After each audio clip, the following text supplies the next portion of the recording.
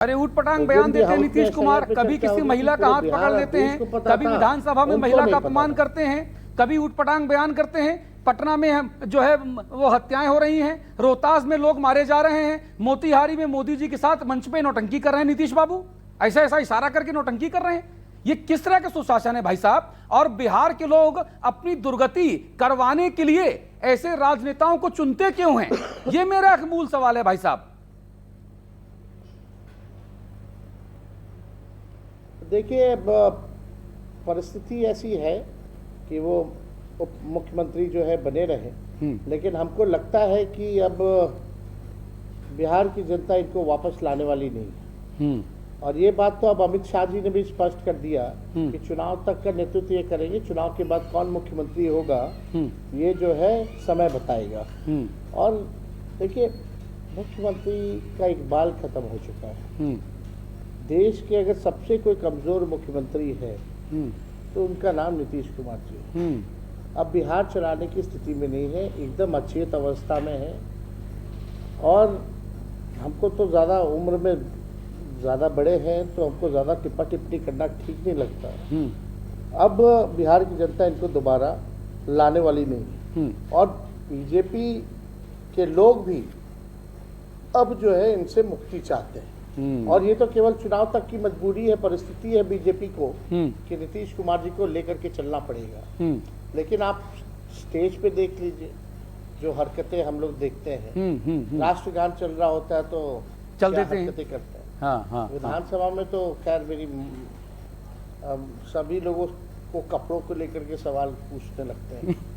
तो आप समझ सकते हैं उनकी स्थिति जो है। अपने मंत्री अधिकारियों की किसी का भी पैर छू लेते हैं, पैर पकड़ लेते हैं। और अपने ही मंत्री पे श्रद्धांजलि समारोह चल रहा था, अपने मंत्री पे ही फूल फेंकने लगे थे। तो वो सब हम लोगों ने देखा है। अब बिहार के लोग भी आप समझ गई है कि अब शायद मुख्यमंत्री जी की वो स्थिति अब नहीं रह गई है। नहीं, ठीक है। देखिए, हर आदमी की उम्र होती है ना, वो भी वृद्ध हैं। 60 के ऊपर के व्यक्ति को हमारे बुंदेलखंड में, मैं बुंदेलखंडी हूँ, हमारे बुंदेलखंड में कहते हैं सठिया गया है।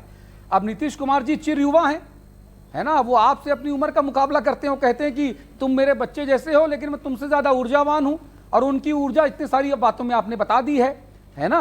तो मुझे इतना बता दीजिए कि नीतीश कुमार जी को अब कब तक धोने की स्थिति है? स्थिति को देखा है। हाँ, और अगर अगर अगर चुनाव के बाद परिस्थितियां बनती हैं तो एक बार फिर तो नहीं आप आ जाएंगे नीतीश जी के साथ में? नहीं, अब कोई सवाल ही पैदा नहीं होता है। नीतीश जी कहीं भी रहे, अब वो बैगेज ही रहेंगे। और इस स्थिति में देखिए, भाजपा भी है तो भाजपा को भी अब एहसास हो रहा होगा कि वो नुकसान में। देखिए, अब बिहार के लोग अब बदलाव चाहते हैं। अब खटारा गाड़ी पे नहीं बैठना चाहते। कोई गाड़ी आप खरीदी तो 15 साल से ज्यादा अनुमति सरकार भी नहीं देती। तो इस बार बिहार की जनता 20 साल पुरानी खटारा सरकार को झेलने वाली नहीं है। अब बिहार को बदलाव चाहिए, परिवर्तन चाहिए। और हम लोग नए लोग हैं, नई सोच है, विजन है, रोड मैप है, बिहार को कैसे आगे ले जाना है, इस पे हम लोग काम करेंगे। हमारे मुख्यमंत्री जी ऐसे है कि इन्वेस्टर मीट होता है उसमें नहीं जाते, नीति आयोग की बैठक होती है उसमें नहीं जाते।